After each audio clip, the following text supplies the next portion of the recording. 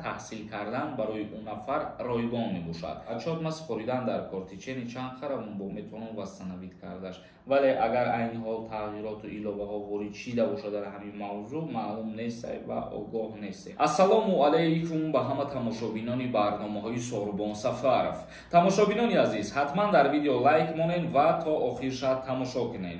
با همتون خاطررسان میکنم که در کانال ما کنکورسی 99 روبل رفته است. این حال نفرهایی که مرا تماشا کرده سن مخصوص برای شما یک اکسیا میکنم. یعنی که به 1000 روبل 15 دونه بلیت میتیم. نمره‌های واتساپی که در روی اکران میبینید در همین نمره‌های واتساپ کارت سبربانک هست. کارت به نام مونیس میبروید. سومتون پارتوین و چکتون در همین واتساپ روان کنید تمام. سه نفری که بلیتی از همه دا بسیار میخرن سه تا تلفن الوهیده پریز مونده‌ایم. به همین خاطر بختون بسنجین با 99 روبل صاحب ماشین یا تلفن یا پول میشه. حرکت کرد. معاش بلند، منزل و دیپلم. 5 سبب انتخاب برنامه الابوگا ستارت در فدراسیون روسیه یک برنامه نو تشکیل کرده است. بهترین منطقه خاص اقتصادی روسیه الابوگا از آغاز برنامه بین المللی الابوگا ستارت برای جلب دختران جوان در استحصالات کمپوزیتی خبر داده است. پیشنهاد خیلی جالب می باشد. بغیر از معاش 52,000 روبل یعنی که 580 دلار در همون مزد معاش وارد می شود و اینچنین گفته می شود که هر کسی که در همین برنامه اشتراک میکند تحصیل کردن برای اون نفر رایگان می باشد و امکان سفر در سراسر روسیه پیشنهاد کرده می شود.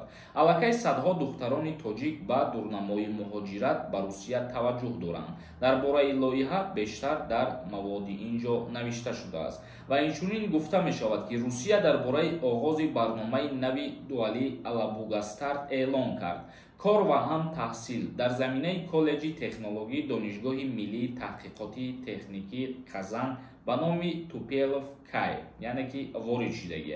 گفته می شود که این برنامه برای دختران جوان امکان می دهد که قدم اول را گذرانند و صاحب جای کاری واقعی شوند، پول خوب به دست آورند، راه خود را در زندگی یابند. گفته می شود که این برنامه تنها در شهر کازان فدراسیون روسیه می شود اشتراک کنند. نفرهایی که در این برنامه اشتراک میکنند خیلی که گفتیم میتونن صاحب جای کار شوند و میتونن که رایگان در دانشگاه‌های فدراسیون روسیه تحصیل کنند و اینچنین میتونن که باز غیر همون دانشگاهی که تحصیل میکنن یگانجا کار و فعالیت دایر بس پیتشان یاد بگیرن. تماشابینان عزیز و گرامی قدر اکنون به قسم خواندنی کامنتاری ها میگذاریم. доруҳои табиӣ аз ширкати шифофармо барои шумо. Инчунин доруҳо барои зиёд кардани риш ва мӯйсар. Инчунин доруҳо барои нест кардани простатит ва зиёд кардани қувваи мард. доруҳо барои нест кардани сангу намаки гурда. ба рақамҳои рӯи экран дар тамос бошед. Инчунин нафарҳое ки мехоҳанд ҳиҷомаи бепул кунанд, шумо ҳам муроҷиат кунед. ҷоник нависондаед. Ман ака савол надорам шумодан. Неки шуморо гӯш мекунам. Ягон бор ҳазор раҳмат ба шумо ва ба падару модаратон. Зинда бошед бародар.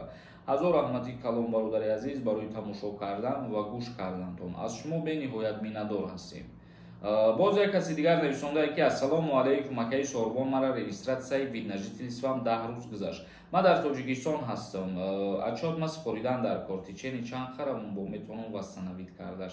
Дар ҳолате ки 10 рӯз гузаштагӣ бошад аз ҳама як роҳи хубаш ҳамине ки вақте шумо вид на жительство месупоред дар ҳар кадом шаҳри Русия бошад шумо то ҳамун срокша аз ҳамун шаҳр берун набуред хубтар мешавад.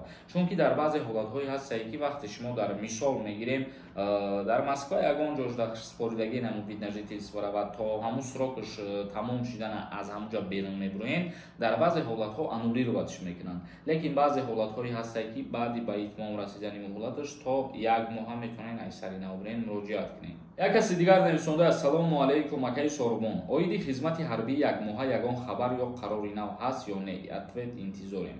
ҳозираш дар оиди хизмати ҳарбӣ ё оиди хизмати алтернативӣ ягон тағйироту ахборотҳои нав нест. агар кишид ҳатман видео мекунем насиб. як каси дигар нависонда ака ҳамин мавзӯи хизмати ҳарбиро як равшанӣ меандохтӣ. қонун биромадае ки ду кӯдакдорора мебаранд. пешакӣ раҳмат. бародари азиз навма гуфтум ки агар ягон тағйироту иловаҳо шид на танҳо оиди хизмат дар ҳамин мавзӯе ки ба тоҷикҳо тааллуқ дорад чӣ ахбороте мешавад иншааллоҳ видео мекунам. бобо муродов нависонда ростае ки нархи патент қимат мешавад. ҳамасола ба ҳама шаҳрвандони хориҷӣ маълум аст ки дар Федератсияи Русия баъди соли нав нархи патент боло меравад. Як каси дигар нависондаи бозӣ кай сар мешавад. Бозӣ рӯзҳои наздик финалша аниқ мекунем ва баъдан аз паси ҳамон билет печонӣ мешем. Мақсад ай паси финал гузаронӣ.